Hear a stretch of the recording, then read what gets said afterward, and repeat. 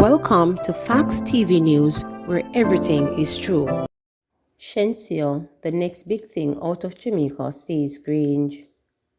It was a star-studded affair at the Jamaica leg of Shensea's album launch on Tuesday night at Ramesh Entertainment headquarters in St. Andrew. The event pulled a strong crowd at the Campbell's Boulevard venue, with several ministers of government, including Entertainment Minister Olivia Babsy Grange, Financial Minister Dr. Nigel Clark, Security Minister Dr. Horace Chang, and Health Minister Dr. Christopher Tufton, all showing support for the Grammy-nominated artist. Following artist Taurus Riley, Beenie Man and Grammy-winning artist Sean Paul were also in attendance. Also among the celebs were US producer London Undertrack, who is responsible for the single Can't Anymore on the Alpha album. The producer gifted Shenseea a diamond-encrusted necklace in celebration of her debut album. The support for the trending girl debut album, Alpha, was undeniable, as those in the attendance spoke highly of Shenseea's first full-length project since getting her back in the industry 6 years ago. With tracks from the compilation bearing on the background, politics and musical colleagues gave the 14th-song outfit rave reviews. Describing Alpha as a musical representation of the best a local talent has to offer, Minister Green said despite criticism faced from stepping outside her usual dancehall favorite tracks, Shenseea has found her niche and is poised for a massive international takeover. She is going to be the next big thing out of Jamaica. Her music will cross over because it is a great eclectic mix of dancehall, reggae, and new music. She has the right look, she's sexy, she's adult entertainment, and there's always room for adult entertainment. We cannot deny that sex sells, she said.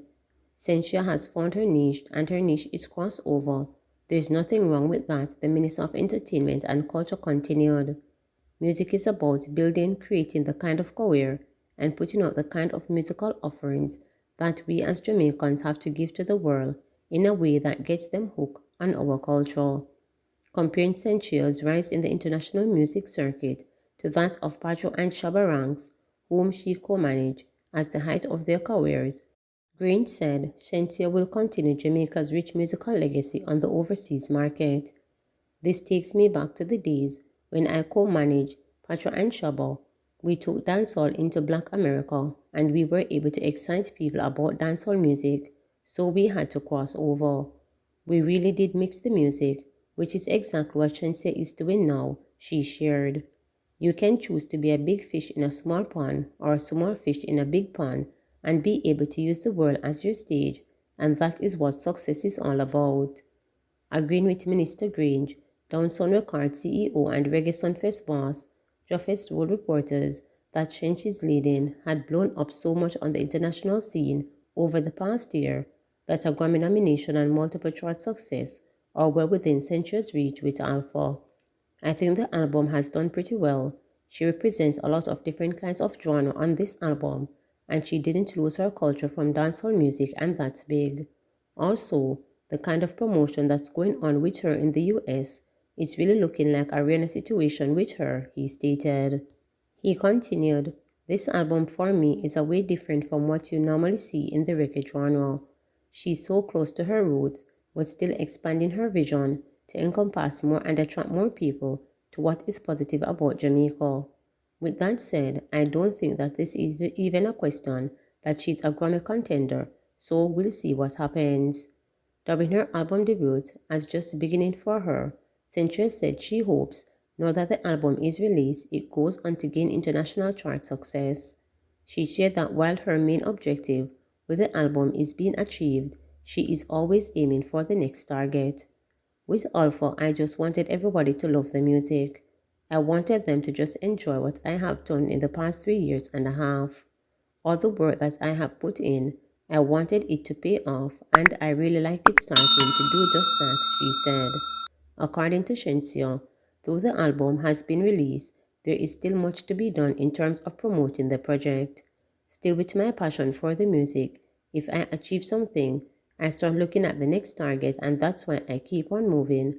I want to put this same debut album on the chart. Suspect in Chinese couple murder eludes police. Police say Tommy Thompson, who is wanted for last December's murder of a Chinese couple in St. Elizabeth, eluded them on Monday during a shootout. Superintendent Dwight Daly, head of the St. Elizabeth Police Division, confirmed that about 8 p.m., Thompson was spotted as a passenger in a motor car on Holland Bamboo Avenue while the police were conducting an operation. It is reported that Thompson shot at the police and the gunfire was returned. He reportedly ran from the vehicle and was chased by the police. However, he escaped in nearby bushes. Thompson was listed as a wanted person after the business owners, 53-year-old and 48-year-old, were killed when gunmen held up Jojo Supermarket in St. Elizabeth on December 23, 2021. 3 gunmen were caught on closed-circuit television CCTV system posing as customers in the supermarket before killing the Chinese couple. 2 brothers, Nigel and Nicholas Walters, have since been arrested and charged in connection with the double murder. Police urge robbery victims to report incident. Superintendent Damien Mandison, acting commander of the St. Anne's South Police Division, is encouraging people who have been robbed to make reports to the police. Mandison made the comment following an incident on Sunday in which a staff bus carrying employees of Ibex Global was held up and the workers robbed at gunpoint by about 5 men on Spanish Town Road in the vicinity of Boat Island, St. Andrew. The incident occurred shortly after 5 a.m. The voice note of a woman on social media claiming to be one of the robbery victims said she also witnessed others being relieved of their valuables and that she and others did not report the incident to the police as it would be futile exercise.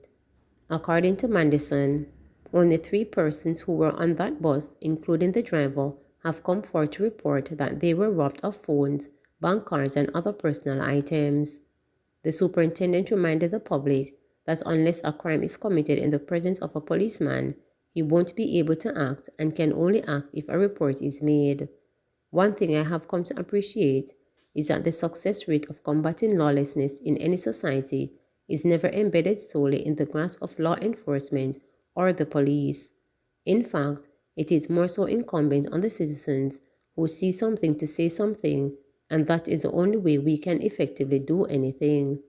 If you don't have persons making the report, then there is no basis upon which, if and when the perpetrators are held by the police, that we can act appropriately, unless the people committed the act in our presence come forward and talk to us. That is the only way we can start the process of identifying perpetrators to bring them to account, he stated. He added that robberies have been a challenge in the past few months and encouraged the relatives and spouse of men who are robbers not to provide safe haven for them. It is a situation we have been grappling with, and I know we have some attempts and close misses relative to apprehension.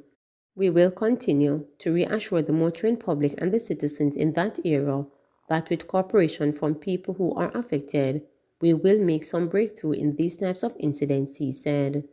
Mandison also appealed to family members and residents within communities to give up criminals.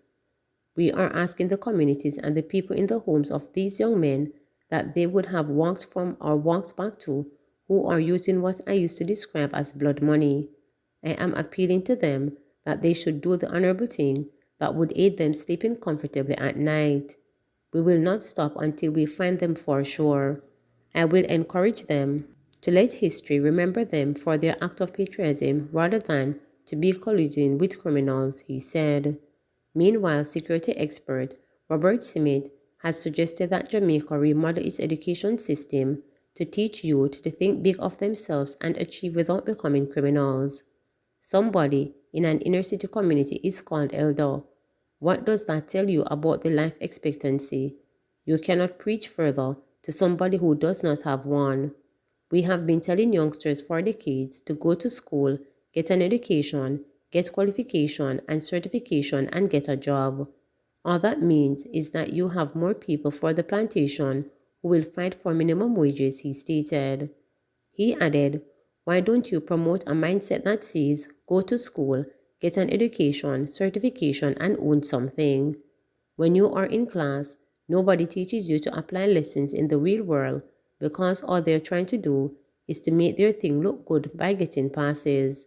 They are supposed to teach you things like, if you learn this mathematical equation, when you run your business, you will be able to decide how your profit margins go. Good move. Parliament's decision to introduce a new Firearms Act, making it so that anybody convicted of illegal possession of a firearm must serve a minimum of 15 years in prison before becoming eligible for parole, has been labeled by Chief Justice as quite a rational and reasonable response to the growing problem for a country that does not manufacture firearms. The Chief Justice made the observation on Tuesday morning while sentencing a 48-year-old Kingston man who has been found guilty of possession of firearm, illegal possession of ammunition, and wounding with intent in February this year following a trial. In trying Mark Shepard, a father of 7, for his actions, the Chief Justice sentenced him to 15 years for the first count, which was eventually reduced to 10 years based on the aggravating and mitigating circumstances, 7 years on count 2, and the mandatory 15 years on count 3. The sentences are to run concurrently, making it so that the convicted man, who has had 5 previous convictions dating from 1996, will serve the longest of the 3 sentences, which is a total of 15 years overall. Commenting on the new Firearms Prohibition, Restriction and Regulation Act 2022, which was tabled in the House of Representatives in February and which was replaced the 1967 Firearms Act, Chief Justice noted that at the time that law was passed, firearms were not very common in Jamaica. We are now at the point where it is such as 80% of homicides are committed with the use of a firearm. So in a sense, one can understand why the legislature responded in the way that they have, because here you have a situation in which a firearm is being used to commit very serious crimes, and the range of sentences does not seem to have reflected that general fact. So the parliamentarians are saying to judges, we take a dim view of what you have been doing, so we are now going to control your discretion and set the minimum position. And if I must be candid, I can't say that I disagree, the Chief Justice stated.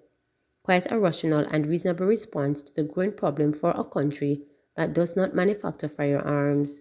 This is quite a reasonable position, he said, pointing out to the convicted man that firearms have become so easily available that you could just left your house in the dead of night to get a firearm and come back.